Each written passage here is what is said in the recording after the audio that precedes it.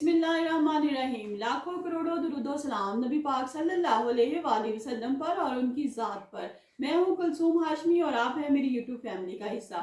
अल्लाह से दुआ है कि आप जहाँ कहीं भी हों खैर खैरियत से हों। अगर अभी तक आपने मेरे चैनल को सब्सक्राइब नहीं किया, चैनल को सब्सक्राइब करें, लाइक करें, कमेंट्स करें और बेल आइकन के बटन को प्रेस करें ताकि मेरी आने वाली हर नई वीडियो आप तक पहुंच सके। ओवरसीज पाकिस्तानियों के हवाले से बहुत अहम खबर है।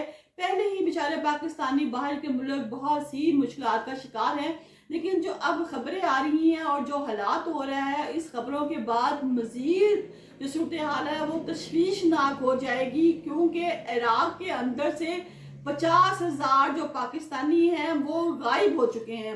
वो पाकिस्तानी कहाँ गए, उनका किस जमात से तल्लुक था, उनको ले जाने वाला कौन है, कमेटी में जो सेनेट की कमेटी में जो इजलास हुआ उसमें पाकिस्तानियों के बारे में क्या क्या पाबंदी है, इसके अलावा और किस मुल्क ने जो है यूएई ने पाकिस्तान के किन किन पाकिस्तानियों के किन किन इलाकों पे पाबंदी लगा दी है कि ये वहाँ नहीं जा सकते, इसके बारे में मैं अपने इस ब्लॉग में आपके साथ शेयर करूंगी। लिहाजा मेरे तमाम ओवरसीजर भाई जो बाहर के मुल्क रहते हैं वो इस ब्लॉग को जरूर देखें, और जो यहाँ से जाना चाहते हैं एजेंट के थ्रू और एजेंट जो उनके साथ सलूक करता है उसके बारे में भी डिटेल से इस ब्लॉग में शेयर करूंगी। लिहाजा शुरू से लेके आखिर तक इस ब्लॉग में मेरे साथ रहिएगा। नाज़रीन, ओवरसीज पाकिस्तानियों के लिए बहुत ही मुश्किलात पैदा होती जा रही हैं, क्योंकि पाकिस्तान में बहुत से लोग ऐसे काम कर रहे हैं जो दूसरों के लिए बहुत परेशानी का बायस है। वो खुद तो परेशान है ही हैं अपने हालात की वजह से, लेकिन वहाँ पे जो पाकिस्तानी हैं वो इनकी वजह से और भी मुश्किलात का शिकार होते जा रहे हैं। इराक के अंदर 50,000 जो पाकिस्तानी हैं वो गायब हैं, या वो जो पाकिस्तानी हैं वो इलीगल हैं, उनके कागजात नहीं हैं। जो भी मसला है उसके बारे में जो वहाँ के लोग हैं वो बड़े परेशान हैं। उन्होंने सेनेट में एक इजलास बुलाया और इजलास में बना के लिस्टें दिखाई और पूछा कि जो 50,000 पाकिस्तानी यहाँ पे रोजगार कमाने के लिए ओवरसीज आया है वो कहाँ गया है। इन लोगों के बहुत सी प्लानिंग थी नाज़रीन, जो पाकिस्तान से यहाँ इराक गए इनकी बहुत सी प्लानिंग थी। कुछ लोग तो रोजगार कमाने के लिए गए, कुछ लोगों का प्रोग्राम था कि वो वहाँ से दूसरे मुल्क में निकल जाएंगे, यूरोप में और मगरबी ममालिक में ये लोग चले जाएंगे। फिर साथ में ये भी बताया जा रहा है कि कुछ लोगों के तो प्रोग्राम जो है वो कैंसिल हो गए, वो बाहर के मुल्क ना जा सके और आज जो है बहुत मुश्किलात का शिकार है। और कुछ बारे में ये भी कहा जा रहा है कि वहाँ जाके कलअदम तंजीम का हिस्सा बन गए हैं। दुनिया में जो दहशतगर्दी के तौर पे तंजीम मानी जाती है उस तंजीम का हिस्सा बन गए हैं। ऐसे कुछ लोग वहाँ पर जाके मजबूर होकर, कुछ लोग जो हैं वो हालात और वाकयात को देख के इस तंजीम कलअदम तंजीम का हिस्सा बन गए हैं, जिनको कि सऊदी अरब में बहुत ही कड़ी नज़र से और बड़ी ही मशकूक नज़रों से देखा जाता है और पसंद नहीं किया जाता कि वहाँ पे किसी भी किस्म की कोई तंजीम है वो काम करे। 50-60 हजार पाकिस्तानी की बात हो रही है नाज़रीन। यहाँ पे कोई 200-400 2-4 हजार पाकिस्तानी की बात नहीं मैं कर रही, मैं यहाँ पे 50-60 हजार पाकिस्तानी की बात कर रही हूँ जो कि इलीगल है, उसके कागजात मुकम्मल नहीं है। चले इलीगल है, उसके कागजात मुकम्मल नहीं है, ये एक अलहदा बात है, लेकिन वहां पे जाकर कलअदम तंजीम में शामिल हो जाना बहुत ही तफ्तीशनाक काम है।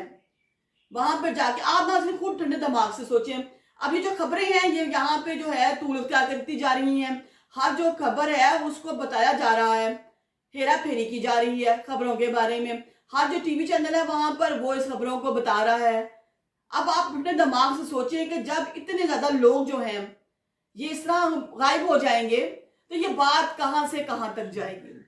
वो लोग जो जाना चाहते हैं वो भी परेशानी का शिकार, जो लोग वहां पर हैं वहां पे मौजूद हैं ओवरसीज भाई वो भी वहां परेशानी का सामना करेंगे, क्योंकि वहां पे इनके साथ बड़ा गलत किस्म का सलूक किया जाएगा। यूएई में ऐसे बहुत से इलाके हैं, बहुत से शहर हैं जहां पर पाकिस्तानियों के लिए पाबंदी लगा दी गई है कि पाकिस्तानी जो है यूएई के इस शहर में नहीं जा सकते, इन पर पाबंदी है। वो क्या वजह है? मजहबी तफरका। ये जो लोग हैं ये मजहबी तफरके में पड़ जाते हैं, किसी तंजीम में पड़ जाते हैं। यूएई वाले जो हैं वो ये बर्दाश्त नहीं करते, वो कहते हैं कि जी आप जो पाकिस्तानी है इनका ये एरिया जो है वो बैन कर दें, ये एरिया में जो है इस डिस्ट्रिक्ट में ये लोग नहीं जा सकते, इस डिस्ट्रिक्ट पर इनको पाबंदी है। अब मैं आपको बताती हूँ अब जो है ओवरसीज पाकिस्तानी है उनका जो फ्यूचर है वो मुकम्मल तौर पर जो फ्यूचर है वो तबाह हो चुका है। यानी कि उनको अब कोई मुंह लगाने का रवादारी नहीं है। वो लोग वहां परेशानी का शिकार है। अमेरिकी, उर्दू, अरबी, हर जो अखबार है उसमें यह खबर दी जा रही है कि इराक में 50,000 जो पाकिस्तानी है, 60,000 पाकिस्तानी है, वो इस वक्त गायब है। वो पाकिस्तानी कहाँ गया? ईरान में पाकिस्तानियों का जो हाल है नाज़रीन, आपने नहीं देखा कि ईरान में पाकिस्तानियों का बहुत बुरा हाल है कि 24-24 घंटे भी काम करते हैं तो उसके मुताबिक उनको मुआवजा नहीं दिया जा रहा, क्योंकि वो इलीगल है। इलीगल होने की वजह से 24-24 घंटे गधों की तरह उनसे काम लिया जा रहा है, खच्चरों की तरह उनसे काम लिया जा रहा है, लेकिन उनको इतना पे नहीं किया जा रहा। इसकी निस्बत अगर यही लोग सऊदी अरब में इतना इतना काम करें, सऊदी अरब में करें, दुबई में करें, तो 24 घंटे में 2-2 लाख रुपया कमा सकते हैं। लेकिन क्योंकि इराक है, इराक में पाबंदियां हैं और ये लोग इलीगल हैं, इसीलिए ये लोग जो है 24-24 घंटे गधों की तरह काम करने के बावजूद जो है इनको पूरा मुआवजा नहीं मिल रहा। गवर्नमेंट ऑफ पाकिस्तान ने इस पे क्या कहा? गवर्नमेंट ऑफ पाकिस्तान कहती है कि हमने दरखास्त दी है ईरान वालों को कि जितना भी हमारा बंदा गया है यहाँ से आप उनको लीगल कर लें, आप उनको सेट कर लें, ताकि जो सैलरी है उनकी मिन्नत के हिसाब से उनको मिल सके।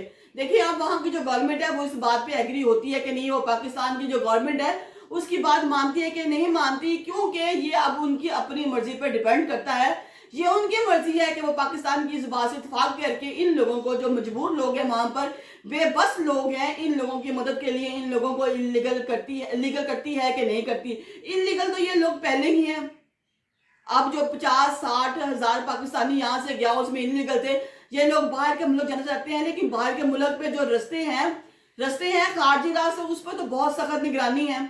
लाखों रुपया लोग देने के बावजूद जब वहां पहुंचते हैं तो अपनी जान की बाजी हार देते हैं।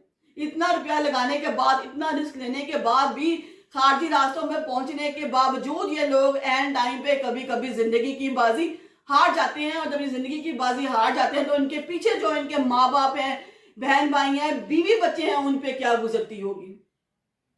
एजेंट जो है वो मुख्तलिफ ख्वाब दिखाता है, जी हम आपको यहाँ से इराक ले जाएंगे, इराक से आप जिस मगरबी मुमालिकों में चले जाएंगे।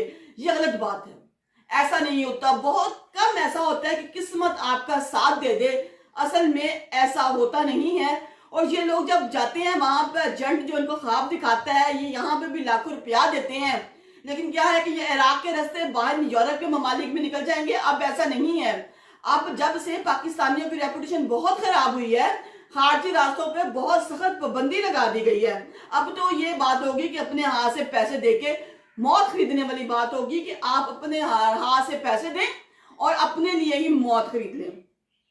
अब जो हुकूमत है उसको इस चीज से गरज ही नहीं है। यहाँ पे रोजगार दे, यहाँ पे लोग रुके। यहाँ पे तो हालात ही बड़े खराब हैं, पेट्रोल महंगा है, बिजली के इतने बिल आ रहे हैं। IMF से गरज है, IMF कर्जा देती है, ये लोग कर्जा अपने पास रखते हैं, गरीब बंदा फिर वहीं का वहीं है। हुकूमत को अपना डेटा चेक करना चाहिए, हुकूमत को भी देखना चाहिए क्या हुकूमत पागल है। हुकूमत को नहीं पता कि कितने लोग बाहर के मुल्क जाते हैं, आखिर पासपोर्ट बनता है, यहाँ से लोग जाते हैं। क्या हुकूमत के पास कोई डेटा नहीं है? क्या वाकई ये इराक सही कह रहा है कि हमारे पास 50-60 पाकिस्तानी थे जो गायब हैं? सोचने का मकाम है कि वो 50-60 हजार जो पाकिस्तानी है वो भी तो किसी का बाप भाई बेटा है, वो भी तो इंसान है जो रोजगार कमाने के लिए बाहर के मुल्क जाता है और वहां जाके मुश्किलात फेस करता है। या इनकी वजह से जो वहां पे लोग बैठे हैं अब मजबूर हो चुके हैं रोने के लिए। लम्हा फिक्रिया है नाजरीन, लम्हा फिक्रिया इसलिए है कि अब जो हमारा देश है इसका बहुत बुरा हाल है। गरीब बंदा रोटी नहीं खा सकता, रेडी वाला रोटी नहीं खा सकता। सिर्फ क्या, हम लोग सिर्फ बिजली के बिल भर सकते हैं, गैस का बिल दे सकते हैं, बस फकत खाना हम लोग नहीं खा सकते।